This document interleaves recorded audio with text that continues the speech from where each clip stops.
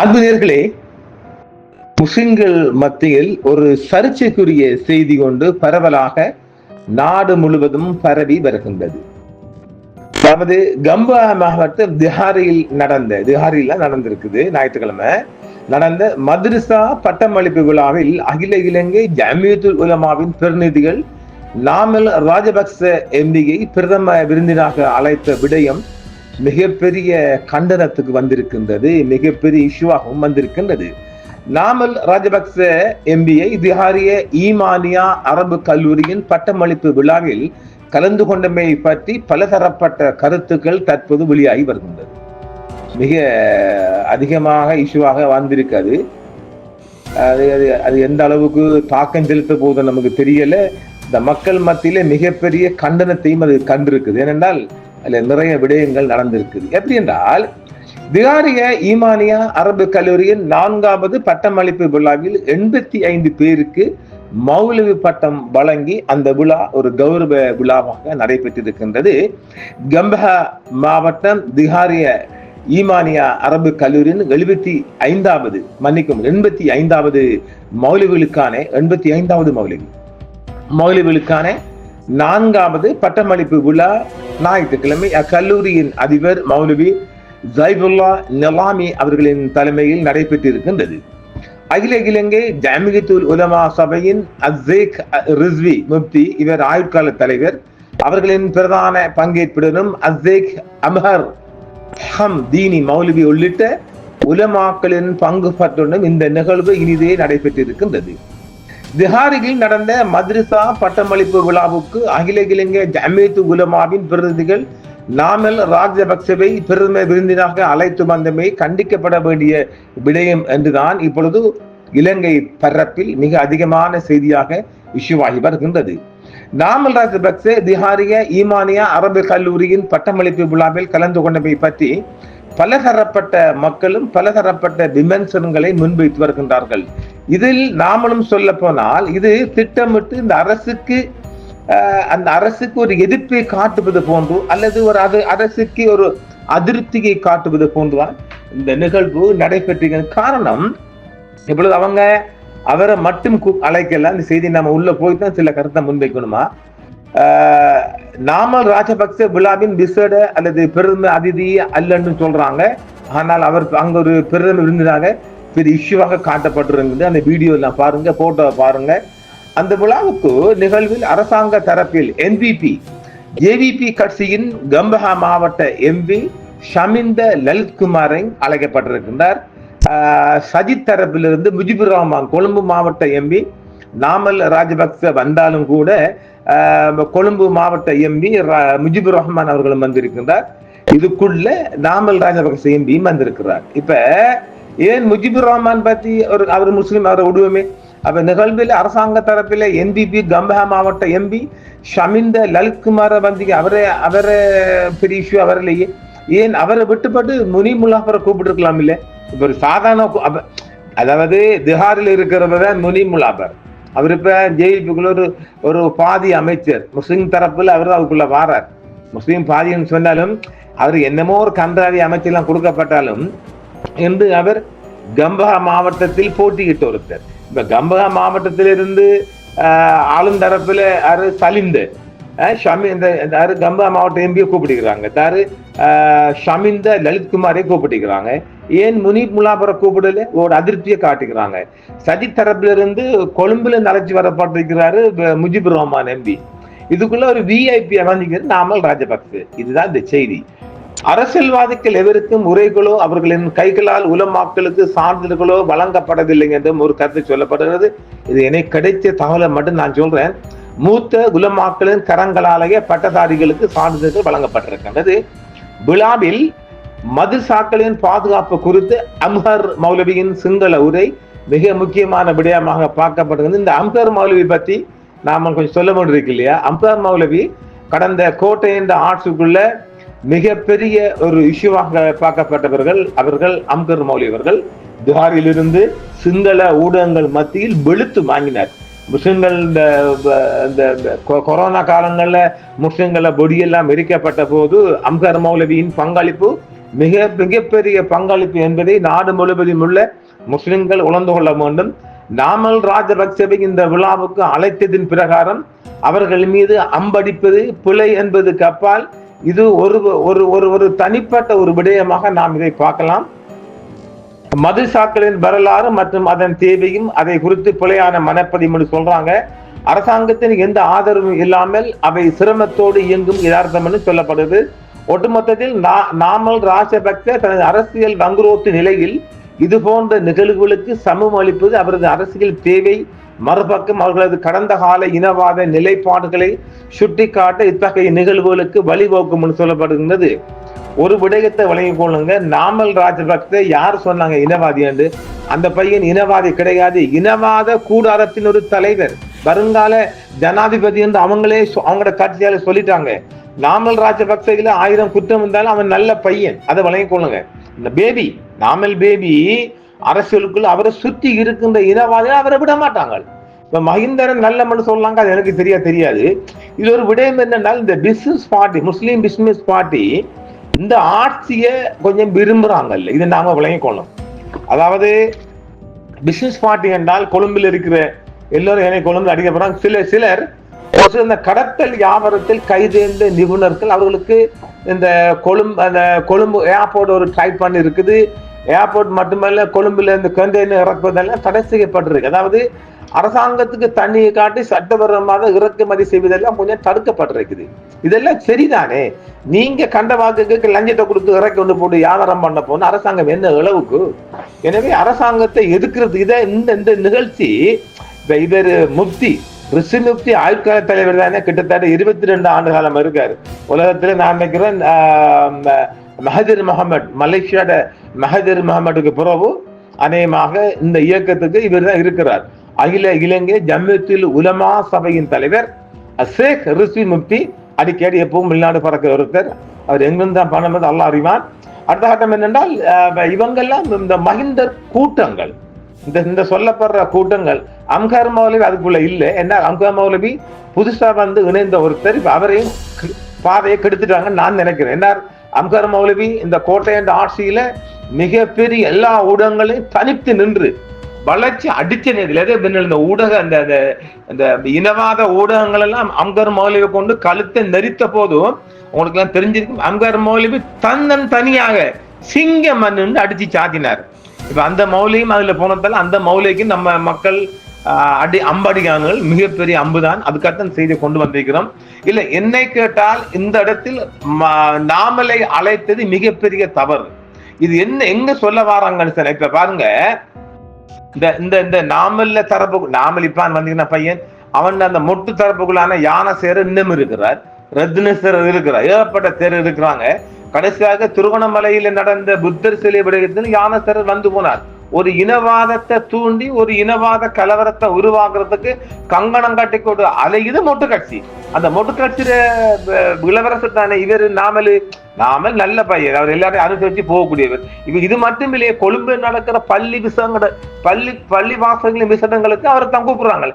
என்னடா அவங்களோட கலாச்சாரம் எனக்கு புரியல. அம்பாறை, திகன, கண்டி, மினுவாங்கோட, காலியன முஸ்லிம் சமூகம் மிகப்பெரிய, அதாவது மிகப்பெரிய அல்கமை தாக்கப்பட்டு கடைசியில ஈஸ்டர் தாக்குதல் இந்த கும்பலான வந்திருக்குது. இன்னும் முடியாத ஒன்று. இப்படிப்பட்ட நேற்றையிலிருந்து இனவாத கும்பலுக்குள்ள இருந்தால் இவர் வந்திருக்கிறார். பொதுவாக எந்த ஆட்சி வந்தாலும் அந்த ஆட்சியை முஸ்லிம்கள் எதிர்க்காமல் ஓரளவு நீங்க உங்க பாட்டுக்கு செஞ்சுட்டு போங்களேன். இப்ப உங்களுக்கு என்ன பிரச்சனை? பேர்ல உங்களுக்கு பிசினஸ் செய்யறது கஷ்டமா இருக்குது, கள்ளக்கடத்தல் செய்ய கஷ்டமா இருக்குது. இந்த ஆட்சியில மிகப்பெரிய நல்லது என்ன, எங்கேயுமே இனவாதம் நடக்காது. அது மட்டும் இல்லைங்க, அதாவது ஜனாதிபதி பொது ஜனாதிபதி தேர்தல்ல கண்டி ரயில்வே ஸ்டேஷனுக்கு பக்கத்துல நான் பார்த்த மீட்டிங் தான் சொன்னேன். அதுக்காக நாங்க இந்த ஜேவிபிக்கு தொடர்ந்து ஆதரவு தெரிவிக்கிறோம். இப்ப முஸ்லிம்கள் இந்த மலட்டுத்தன்மை, அதாவது கொத்து ரொட்டிக்குள்ள மலட்டுத்தன்மை என்று அம்பாறையில ஆரம்பிச்சு ஒரு நாடு முழுவதும் பரவிச்சு. அதை ஏகிடியார் தான் கண்டில அதை ஒரு கரைய கழுவினார். எப்படி கழுவினார்? ஒரு வில்லன் ஆரம்பிக்கப்பட்டான், ஒரு ஹீரோ ஒரு வில்லனை கொண்டு வந்தான். அதுல கொத்து அவர் கேட்ட கேள்வி பொது பப்ளிக் மீட்டிங்ல கேட்டிருந்தார். எங்கேயாவது உலகத்துல கொத்து ரொட்டிக்குள்ள மலட்டுத்தன்மை போட முடியுமா? அது பொய் என்று அழகா தெளிவா சொன்னார். இரண்டாவது, உடுக்கிற உடுப்புகளில் உடுப்புகளில் யாராவது எங்கேயாவது மலட்டுத்தன்மை செய்யலுமா ஏன்னா அந்த பாமர மக்களுக்கு அப்படிதான் இஷ்யூ ஆயிடுச்சு. சிங்கள மக்கள் பிள்ளை வரம் பெறக்கூடாது, பிள்ளை பெறக்கூடாது எந்த அளவுக்கு இவர்கள் இஷ்யூ ஆக்கினார்கள் இந்த இனவாதிகள். அந்த கூட்டத்துக்கு வந்து விடுதானே பொதுவாக எந்த ஆட்சி தான் மறந்தாலும் இப்போது இனவாதம் இல்லாத, ஊழல் இல்லாத, கொள்ளை இல்லாத, கொள்ளை அடிக்காத ஆட்சி ஒன்று போகுதுண்டா அந்த ஆட்சிக்கு எதிராக நீங்க என்ன கூட்டம் கூட்டுறீங்க? இனவாத கட்சியின் பிரதிநிதி மதுரசா பட்டம் அளிப்புக்கு, அதுவும் அகில உலமாவின் ஆயுட்கால தலைவர் ரிஸ்வி முப்திக்குடன் சேர்த்து அழைத்து வந்த விடயம் தான் பெரிய இஷ்யூவா வருது. ஏன் அவர் அழைத்து வந்தார் என்றால் அவர் முற்றுமுழுதாக ஆயுட்கால தலைவர் ரிஸ்வி முப்தி இருக்காருல்ல, அவர் முற்றுமுழுதாக மைந்தான் கம்பெனிக்குள்ள ஊறிப்பது ஒருத்தர் மைந்த கம்பெனிக்குள்ள இருக்கிறார். வருங்கால ஜனாதிபதி என்றும் மைந்த தரப்பால சொல்லப்பட்டவர் நாமல். இப்போதையே நாமலை கூட்டி வந்து இந்த பள்ளிவாசம் அழைச்சிட்டு இருந்தாங்க. இது மிகப்பெரிய இந்த முஸ்லிம் மக்களுக்கு மிகப்பெரிய பின்னடைவை ஏற்படுத்தக்கூடிய விடயம் என்று நான் அடித்து சொல்லுவேன். ஆட்சிக்கு எதிராக இந்த மாதிரி கூட்டங்கள் ஆட்சிக்கு எதிராக தானே. சரி, நீங்க அந்த ஆட்சியை இப்ப கொண்டு வந்தால அது ஷமிந்த ஒருத்தனை கொண்டு வந்துக்கிறீங்க, ஏன் நீங்க முனீர் முலாபரை கூப்பிடல? இன்னும் ஒரு கதையும் வந்திருக்குது. இந்த ஜமியத்து உலமா பார்ட்டிக்குள்ள கடந்த பொது தேர்தலுக்குள்ள ஒரு வேட்பாளர் ஒருவர் கேட்டும் கொடுக்கல. சரி, இப்ப ஒரு விடயத்தை நான் சொல்லலாம். இப்ப டில்வின் சில்வா எல்லாம் செய்கிறாரு. டில்வின் சில்வா ஏன் எதிர்க்கிறாருன்னு சொன்னால் வடகிழக்கு தவிர்ந்த நாடு முழுவதும் உள்ள ஜேவிபி அட்டகாச காலங்களில், நல்லா கேட்டுக்கொள்ளுங்க மக்கள், ஜேவிபியின் அட்டகாச காலங்களில் பல நமக்கு தெரிஞ்செல்லாம் 88 89 நம்ம ஒழி காலங்கள்ல அந்த காலம் தான் நான் பார்க்கலாம். அப்போ அந்த காலங்கள்ல இருந்து பார்த்தால் இந்த படைகளுக்கு கூடவே இணைந்து காட்டி கொடுக்குற போட்டு கொடுக்குற இது மேலுக்கு என்னடா அவங்களுக்கு இந்த தொழில்? மிக அதிகமான பகுதிகளில் இந்த ஜேவிபி ஏன் இப்ப முஸ்லிம்கள் மீது அம்படுத்தி எதிர்க்கிறாங்கன்னு நான் பார்க்க போனேன். நான் அறிந்த வரைக்கும் ஜேவிபியின் அட்டகாச காலங்களில் படைகளுக்கு கூடவே இணைந்து படைகளுடன் சேர்ந்து இங்க ஊர்காவல் காவாய் இங்க தெரிஞ்சாங்கல்ல வடகிழக்குல, அந்த மாதிரி ஜேவிபியை காட்டி கொடுத்திருக்காங்க. இதுதான் நிஜம். இதுக்குத்தான் டில்வின் சில்வா எதிர்க்கிறார். அது போன கால அவர் எதிர்த்து அவர் தான் நட்டக்கணக்கு, அது விஷயம் வேற, லாப கணக்கு இல்லை. ஆனாலும் ஜேவிபி முஸ்லிம்கள் தலைவர் இவர் ஏகடியார் அல்ல, ஜனாதிபதி அல்ல, மற்ற இவர் தான் டில்வின் சில்வா முஸ்லிம்கள் மீது ஒரு காழ்ப்புணர்ச்சியை கொண்டிருக்கான காரணம் ஜேவிபியின் அட்டகாச காலங்களில் மிக அதிக அளவு சகல பகுதிகளிலும் ஜேவிபி போராளிகளை காட்டி கொடுத்த என்ற அவச்சொல்லுக்கு ஒரு பழிச்சொல்லுக்கு இவங்க ஆளாக இருக்கிறார். அதனால தான் முஸ்லிம்கள் மீது மிகப்பெரிய காழ்ப்புணர்ச்சியை டில்வின் சில்வா இறக்கி வருகின்றார் என்ற கருத்தும் ஒரு இதகசமா இருக்கு. நான் தேடி பிடிச்சதுதான், அது ஒரு பரவலா இருந்த செய்தி. இப்பொழுது என்னன்னா இந்த ஆட்சியில் இந்த கள்ள கடத்தல் எல்லாம் பண்ண இல்லாது, தங்க கடத்தல், அங்கிருந்து எலக்ட்ரானிக் ஐட்டம் கடத்தி வர ஏர்போர்ட்ல ஸ்ட்ரிக் பண்ணப்பட்டிருக்குது, இந்த ஹார்பர்ல ஸ்ட்ரிக் பண்ணப்பட்டிருக்கு. அதனால இந்த வியாபார சமூகம் தானே கொழும்புக்குள்ள, அதாவது கடந்த காலம் என்ன 5ஆம் வகுப்பு படிச்சவங்களா ஜேபியை கொடுத்துரு, அது அவங்களுக்கு ஒரு ஆக்ஸ்போர்ட் யூனிவர்சிட்டி பட்டம் மாதிரி அதை கொடுத்துட்டா அந்த ஆட்சிக்கு அவங்க ஆதரவு தெரிவிக்கிறது. மிகப்பெரிய இந்த கொழும்பில் இருக்கின்ற பெருமளவு வர்த்தகர்கள் ஆளுக்கு ஒரு ஜேபி போஸ்ட். அது என்னடா அது என்ன ஒரு ஆக்ஸ்போர்ட் யூனிவர்சிட்டி? அது ஜேபி என்னது சாதாரண ஒரு ஜேபி அது என்ன எனக்கு புரியல. ஜேபி அது அந்த ஜேபி அந்த பாஸ்போர்ட்டுக்கு அவங்க தான் சைன் பண்ணணும். இப்ப அது கிடையவே கிடையாது. அதாவது ஜேவிபி கவர்மெண்ட் வந்து ஒரு எம்பி ஒரு அமைச்சர் எந்த அளவுக்கு கேவலமாக்கப்பட்டிருக்கோ, பெரிய ஒரு விஐபி மாதிரி தானே போவாங்க. இப்ப நாயும் தேடு வரல, இந்த எம்பி மாதிரி நாயும் கணக்கெடுக்குது இல்லை, அந்த மாதிரி தானே இருக்குது. அப்படி இந்த ஜேபி என்ற பட்டத்தை வச்சுக்கிட்டு ஒரு பாஸ்போர்ட்டுக்கு ரெக்கமெண்டேஷனுக்கு நாங்கெல்லாம் அலைஞ்சிருக்கிறோம். எவனா ஒருத்தனை பிடிக்கிறதுக்கு அந்த பாஸ்போர்ட் ஆஃபீஸ் பொருளைக்கு கிட்ட எல்லாம் பொருளைக்கு முன்னுக்கு பாஸ்போர்ட் ஆஃபீஸ் முன்னாடி ஒரு 500 ரூபாய் கொடுத்தா சைன் பண்ணி தருவாங்க. அந்த அளவுக்கு தான் ஒரு ஜேவிபிக்கு ஒரு பவர் இருந்துச்சு. இப்ப எதுக்குமே தேவையில்லை, ஒரு சத்திய போல ஏதாவது சத்திய கடதாசி பாஸ்போர்ட் தொலைஞ்சா அதுக்கும் தேவையில்லைங்க. அதுக்கு இப்ப போலீஸ் ஏண்டி மன்னிக்கணும், வெவ்வேறு அந்த நகைகள் ஈடு வச்சு அப்புறம் அந்த ஈட்டு துண்டு இல்லாம லொஸ்ட் ஆயிடுச்சுண்டா அதுக்கு ஒரு ஜேபி கட்டி இப்படி ஒரு என்னையாலும் ஒன்றுக்கு ஆச்சு ஒரு மூலை முடுக்குல தேவைப்படுற போஸ்ட் ஒன்றை தூக்கி வச்சுக்கிட்டு இவங்க என்னமோ ஆக்ஸ்போர்ட் யூனிவர்சிட்டியில பட்டம் பெற்ற மாதிரி வச்சுக்கிட்டு இந்த ஆட்சிக்கு எதிராக நிற்கனால ஆட்சிக்கு அந்த கால ஆட்சியில ஒரு ஜேபி பட்டம் கொடுத்துட்டாங்கன்னா அது அவங்களுக்கு என்னமோ ஒரு போஸ்ட் மாதிரி. மரம் 5ஆம் படிச்சவங்களுக்கு என்னத்தை கொடுப்பாங்க? அது என்ன நீங்க ஆக்ஸ்போர்ட் படிச்சு பட்டம் அது அதை போட்டு வேற போட்டு வச்சுக்கலாம் சில பெரும மாடுகள். ஐயோ கன்றாவி! இப்படி இந்த ஆட்சிக்கு எதிராக பீகாரில நடைபெற்ற விடயமாத்தான் இது ஆட்சிக்குள்ளும் பார்க்கப்படுகிறது. இந்த ஆட்சியை என்ன நாங்க அதாவது இந்த ஆட்சிக்கு எதிரம்பதுக்கு அப்பால் நாங்க முஸ்லிம்கள் நாம ஆதரிக்க போறோம் அதான் சொல்லாம சொல்றாங்க. அப்ப இது ஒரு ஏட்டுக்கு போட்டி மாதிரி இல்லையா? இது முஸ்லிம்களுக்கு பின்விளைவை கொண்டு வராதா? மிகப்பெரிய பின்னடைவை கொண்டு வராதா? இதுல பரவாயில்ல, அம்கர் மௌலவிக்கு நாடு முழுவதும் நல்ல மதிப்புக்கு அந்த ஆளும் இதுக்குள்ள போய் பூந்துடுச்சு. அந்த ஆளையும் பலி கெடுத்து போட்டாங்க. அந்த ஆள் ஒரு ரூட்ல தன்னந்தனியா கொண்டு அடிச்சு சாத்தினேன். எல்லா அந்த இனவாத ஊடகங்களையும் அம்கர் மௌலவி போட்டு தாக்கி மிகப்பெரிய மதிப்பு மருதாயம் கொண்ட ஒருத்தர் இப்ப நாமலை கூப்பிட்டு அழைச்சி நாமலுக்கு பட்டம் சூட்டின போலானீங்க. அது இந்த போட்டோலாம் பாருங்க. நாமல் இப்ப இதுல முஜிபுர் ரஹ்மான் வந்தாண்டா முஜிபுர் ரஹ்மான் படத்தை காணவும் இல்லை. பிறகு ஷலிந்த லலித் வந்து அவர படத்தையும் காணல.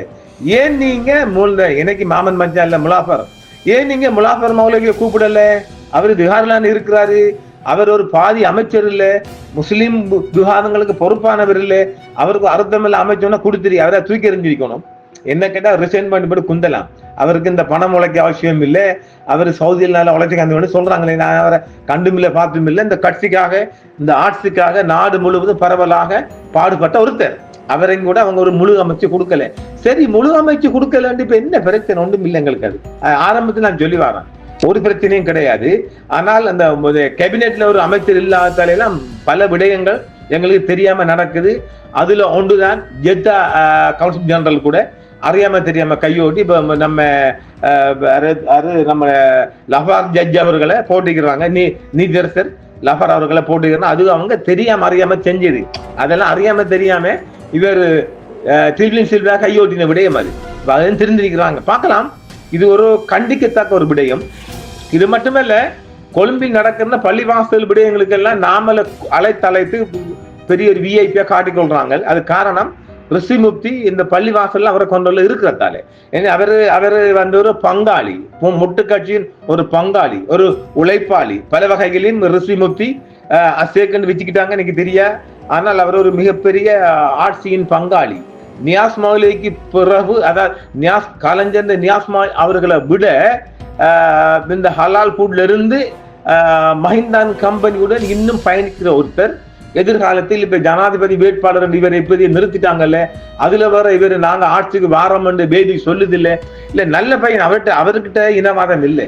அதை வளர்ச்சி அவரை சுற்றி இனவாத கும்பல் வந்தால் அவர் இனவாத கும்பலுக்கு ஆளாகுவார். இப்ப ஏகேடிஆர் வந்தார் தானே, இப்ப அவரை சுற்றி இனவாத கும்பல் இல்லையா? இப்ப நீங்க அதே மாதிரிதான் இதுக்கும் வரும். இப்ப நாமலை சுற்றியும் ஒரு இனவாத கும்பல் வரும்.